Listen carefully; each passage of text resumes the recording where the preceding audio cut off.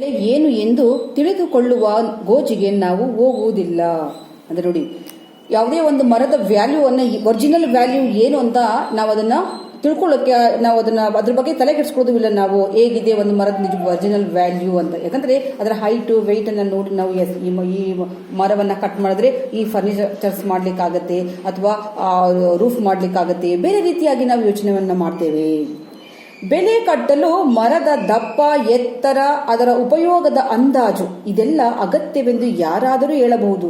ಸಾಮಾನ್ಯವಾಗಿ ನಾವು ಒಂದು ಟ್ರೀಯನ್ನು ನೋಡಿದ ತಕ್ಷಣ ನಾವು ಏನು ಮಾಡ್ತೇವೆ, ತುಂಬಾ ಹೈಟ್ ಇದೆ, ಸೊ ಇದನ್ನ ಕಾಟ್ ಮಾಡಿಸ್ಬೋದು, ಚೇರ್ ಮಾಡಿಸ್ಬೋದು, ಅಥವಾ ಟಿಪಾಯ್ ಮಾಡಿಸ್ಬೋದು, ಈ ತರ ಬೆಂಚಸ್ ಮಾಡಿಸ್ಬೋದು. ಈ ರೀತಿಯಾಗಿ ನಾವು ಯೋಚನೆ ಮಾಡೋದು ಕಾಮನ್. ಆದ್ರೆ ನಿಜ ನಾವು ಬಲ್ಲ ಬೆಲೆ ಅದನ್ನೇ ಅವಲಂಬಿಸಿರುತ್ತದೆ. ಅಂದ್ರೆ ನಾವು ಯೋಚನೆ ಮಾಡ್ತಕ್ಕಂಥದ್ದು, ಯಾಕಂದ್ರೆ ನಾವೆಲ್ಲ ಫಸ್ಟ್ ನಾವು ವ್ಯಾಲ್ಯೂ ಕೊಡೋದು ಅಮೌಂಟ್ಗೆ, ಮನಿಗೆ ಮಾತ್ರ.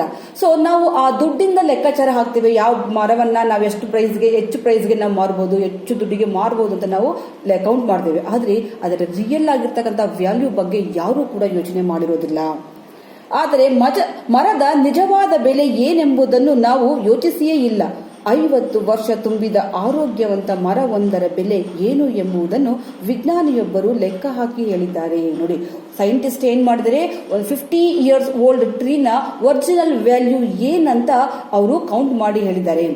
ನಾವು ಕೌಂಟ್ ಮಾಡ್ತಕ್ಕಂಥ ವ್ಯಾಲ್ಯೂಗಿಂತ ಅದು ಮೋರ್ ದೆನ್ 3-4 ಪಟ್ಟು ಜಾಸ್ತಿ ಆಗಿರುತ್ತೆ, ತುಂಬಾ ಜಾಸ್ತಿ ಆಗಿದೆ. ಸೈಂಟಿಸ್ಟ್ ಲೆಕ್ಕ ಹಾಕಿರ್ತಕ್ಕಂಥ ಒಂದು ಟ್ರೀನ ವ್ಯಾಲ್ಯೂ ನಾವು ಲೆಕ್ಕ ಹಾಕೊಳ್ಳೋದಕ್ಕಿಂತ ವ್ಯಾಲ್ಯೂಗಿಂತ ಹೆಚ್ಚಾಗಿರುತ್ತೆ. ಹಾಗಿದ್ರೆ ಸೈಂಟಿಸ್ಟ್ ಲೆಕ್ಕ ಹಾಕಿರ್ತಕ್ಕಂಥ ವ್ಯಾಲ್ಯೂ ಯಾವ ರೀತಿ ಇದೆ ಅನ್ನೋದನ್ನ ನೆಕ್ಸ್ಟ್ ನೋಡೋಣ. ಅವರ ಪ್ರಕಾರ ಅಂತ ಮರವೊಂದರ ಬೆಲೆ 16 ಲಕ್ಷ ರೂಪಾಯಿಗಳಿಗಿಂತ ಹೆಚ್ಚು ಎಂದರೆ ಯಾರು ನಂಬುತ್ತಾರೆ? ಈ ವಿವರ ನೋಡಿ. ಒಂದು ಮರ ಉತ್ಪಾದಿಸುವ ಆಮ್ಲಜನಕದ ಬೆಲೆ 2.5 ಲಕ್ಷ. ಅದು ಹೀರಿಕೊಳ್ಳುವ ಇಂಗಾಲಜನಕದ ಬೆಲೆ 5 ಲಕ್ಷ. ಮಣ್ಣಿನ ಸವೆತ ತಡೆಯುವುದರ ಬೆಲೆ 2.5 ಲಕ್ಷ. ನೀರು ಭೂಮಿಯಲ್ಲಿ ಇಂಗಿ ಅಂತರ್ಜಲ ಹೆಚ್ಚಿ ಪ್ರವಾಹವನ್ನು ತಡೆಗಟ್ಟುವುದರ ಬೆಲೆ 3 ಲಕ್ಷ. ಆಹಾರ ಹಾಗೂ ಗೊಬ್ಬರದ ಬೆಲೆ 1/2 ಲಕ್ಷ. ಪಶು ಪಕ್ಷಿಗಳಿಗೆ, ಕ್ರಿಮಿಗಳಿಗೆ ಆಶ್ರಯ ಹಾಗೂ ರಕ್ಷಣೆ ನೀಡುವುದರ ಬೆಲೆ 2.5 ಲಕ್ಷ. ಮೇಲೆ ಬೇಕಾದರೆ ನೀವು ದಿಮ್ಮಿಗಳ ಬೆಲೆ ಏನಾಗುತ್ತದೆ ಎಂಬುದನ್ನು ಲೆಕ್ಕ ಹಾಕಿಕೊಳ್ಳಬಹುದು. ಇದೆಲ್ಲವನ್ನು ಮೀರಿದ ಬೆಲೆಯೊಂದಿದೆ. ಮನುಕುಲವನ್ನು ಕಾಪಾಡಲು ಮರಗಳಿಲ್ಲದೆ ಸಾಧ್ಯವಿಲ್ಲ ಎಂಬ ಸತ್ಯವೇ ಆ ಬೆಲೆ. ಈ ಬೆಲೆಯನ್ನು ತೆತ್ತು ನಾವು ಮರಗಳನ್ನು ಕಡಿಯಬೇಕೇ ಎಂಬುದನ್ನು ಈಗ ತೀವ್ರವಾಗಿ ಯೋಚಿಸಬೇಕಾಗಿದೆ. ಸೈಂಟಿಸ್ಟ್ ಪ್ರಕಾರ ಒಂದು ಮರದ ಒರಿಜಿನಲ್ ವ್ಯಾಲ್ಯೂ ಏನಂತ ನೋಡಿ. ಇಲ್ಲಿ ಅವರ ಪ್ರಕಾರ ಅಂತ ಮರವೊಂದರ ಬೆಲೆ 56 ಲಕ್ಷ ರೂಪಾಯಿ. ಅಂದ್ರೆ 50 ಇಯರ್ಸ್ ಓಲ್ಡ್ ಒಂದು ಟ್ರೀನ ಒರಿಜಿನಲ್ ವ್ಯಾಲ್ಯೂ ಎಷ್ಟು? 16 ಲಕ್ಷ, 16 ಲ್ಯಾಕ್ ರುಪೀಸ್. ನಾವು ಒಂದು ಟ್ರೀನ 16 ಲ್ಯಾಕ್ಸ್ ರುಪೀಸ್ಗೆ ನಾವು ಸೇಲ್ ಮಾಡ್ಲಿಕ್ಕೆ ಆಗುತ್ತಾ? ಇಲ್ಲ. ಆದ್ರೆ ಏನ್ ಮಾಡ್ತೀವಿ ನೋಡಿ, ನಾವು ಕಟ್ಟತಕ್ಕಂತಹ ವ್ಯಾಲ್ಯೂಗಿಂತ ಅದು ಒರಿಜಿನಲ್ ವ್ಯಾಲ್ಯೂ ಎಷ್ಟಿದೆ? 16 ಲ್ಯಾಕ್, 16 ಲಕ್ಷ ರೂಪಾಯಿಗಳು. ಹೆಚ್ಚು ಎಂದರೆ ಯಾರು ನಂಬುತ್ತಾರೆ?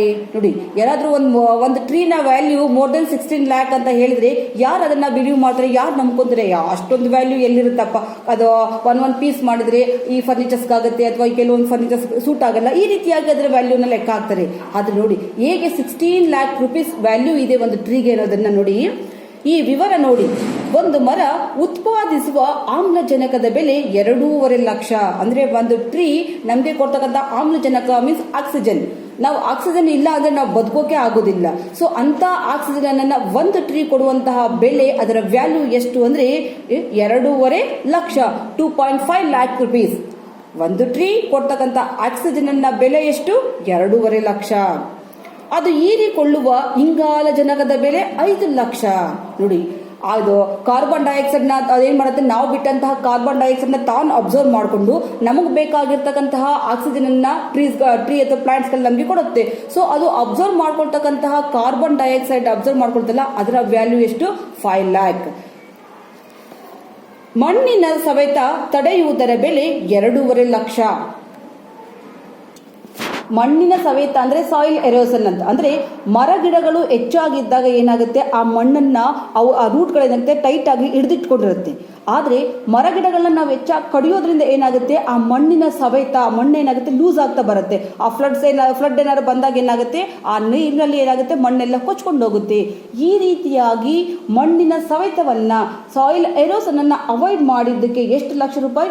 2.5 ಲಕ್ಷ ರೂಪಾಯಿ, 2.5 lakh ಅಂತ ಹೇಳ್ತಾ ಇದ್ದಾರೆ. ನೀರು ಭೂಮಿಯಲ್ಲಿ ಇಂಗಿ ಅಂತರ್ಜಲ ಹೆಚ್ಚಿ ಪ್ರವಾಹವನ್ನು ತಡೆಗಟ್ಟುವುದರ ಬೆಲೆ 3 ಲಕ್ಷ.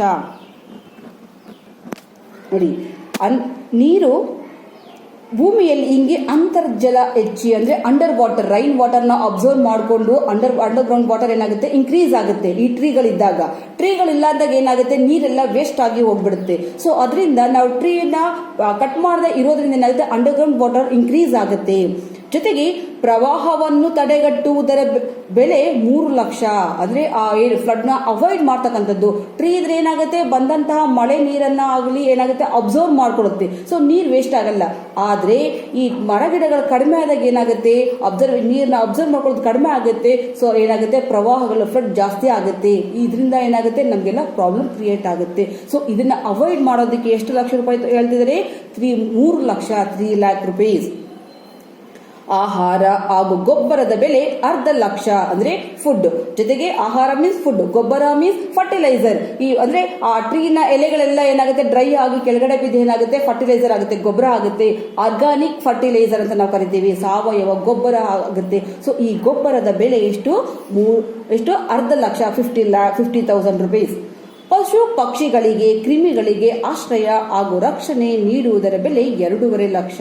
ಅಂದ್ರೆ ಬರ್ಡ್ಗಳು ಏನಾಗುತ್ತೆ ನೆಸ್ಟ್ ಮಾಡ್ಕೊಳ್ಳಿಕ್ಕೆ, ಯಾವುದೇ ಪ್ರಾಣಿಗಳು ಆ ಮರದ ಕೆಳಗಡೆ ರೆಸ್ಟ್ ತಗೊಳ್ಳಿಕ್ಕೆ, ಶೇಡ್ಗೆ, ಈ ಎಲ್ಲದಕ್ಕೂ ಸೇರಿಸಿ ಏನಾಗುತ್ತೆ 2.5 ಲಕ್ಷ, 2.5 lakh ಅಂತ ಹೇಳ್ತಾ ಇದ್ದಾರೆ. ಇದರ ಮೇಲೆ ಬೇಕಾದರೆ ನೀವು ದಿಮ್ಮಿಗಳ ಬೆಲೆ ಏನಾಗುತ್ತದೆ ಎಂಬುದನ್ನು ಲೆಕ್ಕ ಹಾಕಿಕೊಳ್ಳಬಹುದು. ಅವ್ರು ಹೇಳ್ತಿದ್ದಾರೆ, ಈ 16 lakh rupeesಗಿಂತ ನೀವು ಹೆಚ್ಚು ಕೌಂಟ್ ಮಾಡಿದ್ರೆ ಏನಾಗುತ್ತೆ, ನೀವು ಲೆಕ್ಕ ಹಾಕ್ತಿರಲ್ಲ ಹೈಟ್ ವೆಯ್ಟ್ ನ ಟ್ರೀಯನ್ನು ನೋಡಿ. ಸೊ ಇದಕ್ಕೆ ನೀವು ಆ 16 lakh ಜೊತೆಗೆ ಸೇರಿಸ್ಕೋಬಹುದು ನೀವು ಆ ವ್ಯಾಲ್ಯೂವನ್ನ. ಆದರೆ ಇದೆಲ್ಲವನ್ನು ಮೀರಿದ ಬೆಲೆಯೊಂದಿದೆ. ನೋಡಿ, ನಾವು 16 lakh rupees ಅಂತ ಹೇಳಿದ್ವಿ, ಜೊತೆಗೆ ಅವುಗಳನ್ನ ಕಟ್ ಮಾಡಿದಾಗ ನಾವು ಪರ್ಚೇಸ್ ಮಾಡ್ತಕ್ಕಂಥ ಅಥವಾ ಸೇಲ್ ಮಾಡ್ತಕ್ಕಂಥ ವ್ಯಾಲ್ಯೂ ಬೇರೆ ಇರ್ಬೋದು. ಆದರೆ ಈ ಎಲ್ಲಾ ವ್ಯಾಲ್ಯೂವನ್ನ ಮೀರಿದಂತಹ ಮತ್ತೊಂದು ವ್ಯಾಲ್ಯೂ ಇದೆ. ಯಾವ್ದಪ್ಪ ವ್ಯಾಲ್ಯೂ ಇದೆ ನೋಡಿ, ಮನುಕುಲವನ್ನು ಕಾಪಾಡಲು ಮರಗಳಿಲ್ಲದೆ ಸಾಧ್ಯವಿಲ್ಲ. ನೋಡಿ, ಈ ಟ್ರೀಗಳಿಲ್ಲ ಅಂದ್ರೆ ಹ್ಯೂಮನ್ ಬೀಯಿಂಗ್ಸ್ ಲಿವ್ ಮಾಡ್ಲಿಕ್ಕೆ ಸಾಧ್ಯನೇ ಇಲ್ಲ. ಯಾಕಂದ್ರೆ ನಮಗೆ ಬೇಕಾಗಿರೋದ್ರಿಂದ ಆಕ್ಸಿಜನ್ ಬೇಕೇ ಬೇಕು. ಸೊ ಆಕ್ಸಿಜನ್ ಬೇಕಂದ್ರೆ ನಮಗೆ ಪ್ಲಾಂಟ್ಸ್ ಬೇಕೇ ಬೇಕು. ಸೊ ಈ ಪ್ಲಾಂಟ್ಸ್ ಗಳು ಇಲ್ಲದೆ ಮನುಷ್ಯ ಬದುಕಲಿಕ್ಕೆ ಚಾನ್ಸೇ ಇಲ್ಲ ಎಂಬ ಸತ್ಯವೇ ಈ ಬೆಲೆ. ಅಂದ್ರೆ ನಾವು ಬದುಕಬೇಕಂದ್ರೆ ಏನ್ ಬೇಕು? ಪ್ಲಾಂಟ್ಸ್ ಬೇಕೇ ಬೇಕು. ಪ್ಲಾಂಟ್ಸ್ ಅವು ಬದುಕಬೇಕಂದ್ರೆ ಮನುಷ್ಯ ಕೂಡ ಅವುಗಳು ಸೇಫ್ ಆಗಿ ನೋಡ್ಕೋಬೇಕು. ಸೊ ಇದು ಏನು ಸತ್ಯದ ಬೆಲೆ. ನಾವು ಬದುಕಲಿಕ್ಕೆ ಬೇಕಾಗಿರ್ತಕ್ಕಂತಹ ಮರದ ವ್ಯಾಲ್ಯೂ ಇದೆಲ್ಲ, ಇದೇ ಟ್ರೂತ್, ಇದೇ ಸತ್ಯ ಅಂತ ಹೇಳ್ತಾ ಇದ್ದಾರೆ. ಈ ಬೆಲೆಯನ್ನು ತೆತ್ತು ನಾವು ಮರಗಳನ್ನು ಕಡಿಯಬೇಕೇ ಎಂಬುದನ್ನು ಈಗ ತೀವ್ರವಾಗಿ ಯೋಚಿಸಬೇಕಿದೆ. ಅಹಮನಾಯಕ್ ಹೇಳ್ತಿದ್ದಾರೆ, ನಮ್ಮ ಲೈಫನ್ನ ನಾವು ಪ್ಲೆಡ್ಜ್ ಮಾಡಿ ನಾವು ಮರಗಿಡಗಳನ್ನ ಕಡಿಬೇಕಾ? ನಾವು ನಮಗೋಸ್ಕರ ಏನ್ ಬೇಕಂತ ನಾವು ಬೇರೆ ಬೇರೆ ಲಕ್ಸುರಿ ಲೈಫ್ ನಾವೆಲ್ಲ ಇಮ್ಯಾಜಿನ್ ಮಾಡ್ಕೋತೀವಿ, ಲಕ್ಸುರಿ ಲೈಫಲ್ಲಿ ನಾವು ಲೀವ್ ಮಾಡ್ತೀವಿ. ಆದ್ರೆ ನಾವು ಉಸಿರಾಡ್ಲಿಕ್ಕೆ ಬೇಕಾಗಿರ್ತಕ್ಕಂತಹ ಗಾಳಿ ಕೊಡ್ತಕ್ಕಂತಹ ಆ ಮರಗಿಡಗಳನ್ನೇ ಕಡಿದು ನಾವು ನಿಜವಾಗ್ಲೂ ನಾವು ಚೆನ್ನಾಗಿ ಬದುಕಲಿಕ್ಕೆ ಸಾಧ್ಯ ಇದೆಯಾ ಅಂತ ಕವಿ ಹೇಳ್ತಾ ಇದ್ದಾರೆ. ಸೊ ನಾವು ನಿಜವಾಗ್ಲೂ ಪರಿಶುದ್ಧವಾದಂತಹ ಪ್ಯೂರ್ ಏರ್ ಅನ್ನ ನಾವು ಸೇವನೆ ಮಾಡಿ ಹೆಲ್ತಿಯಾಗಿ ಇರ್ಬೇಕಂದ್ರೆ ನಮ್ಗೆ ಏನ್ ಬೇಕು? ಮರಗಿಡಗಳು ಬೇಕೇ ಬೇಕು. ಸೊ ಇಂತಹ ಮರಗಿಡಗಳನ್ನ ನಾವೇನ್ ಮಾಡಬೇಕು? ಪ್ರೊಟೆಕ್ಟ್ ಮಾಡಬೇಕು, ಕಡಿಬಾರ್ದು ಅಂತ ಹೇಳಿ ಇಲ್ಲಿ ಹಾಮನಾಯಕ್ ಹೇಳ್ತಾ ಇದ್ದಾರೆ. ಸೊ ಈಗ ಸಾಕಷ್ಟು ಕಟ್ ಮಾಡಿರೋ ಟ್ರೀಗಳನ್ನ ನಾವು ಕಟ್ ಮಾಡೋದನ್ನ ಅವಾಯ್ಡ್ ಮಾಡಿ ನಾವು ಮರಗಿಡಗಳನ್ನ ಹೆಚ್ಚು ಬೆಳೆಸಬೇಕು ಅನ್ನೋದನ್ನ ಕೃತಿಕಾರರು ಹಾಮನಾಯಕು ಈ ಒಂದು ಮರದ ಬೆಲೆ ಪಾಠದ ಮುಖಾಂತರ ನಮ್ಗೆ ಹೇಳ್ತಾ ಇದ್ದಾರೆ.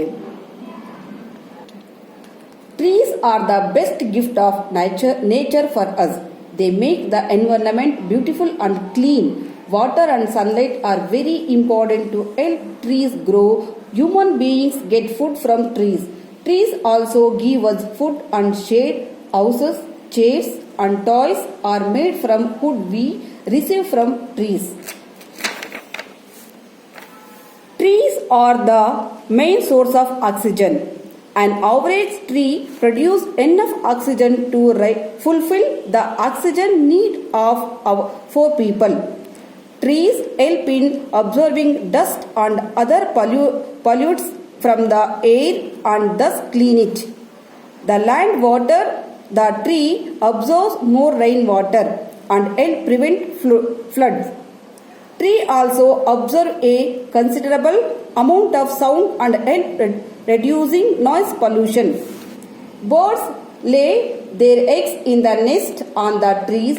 The trees and also help in nutriting many spaces. Also help in nurturing many species. Many trees also have medical properties, are used in healthcare industries and harmful ultraviolet rays and harmful ultraviolet rays in the stop. Trees are also important for many industries like timber, paper, rubber, silk, etc. helping in economic development also. So ಇಷ್ಟೆಲ್ಲ helpful ಇರುದೆ ನಮಗೆ tree ಇಂದ. So maybe you can understand this lesson. ಧನ್ಯವಾದಗಳು.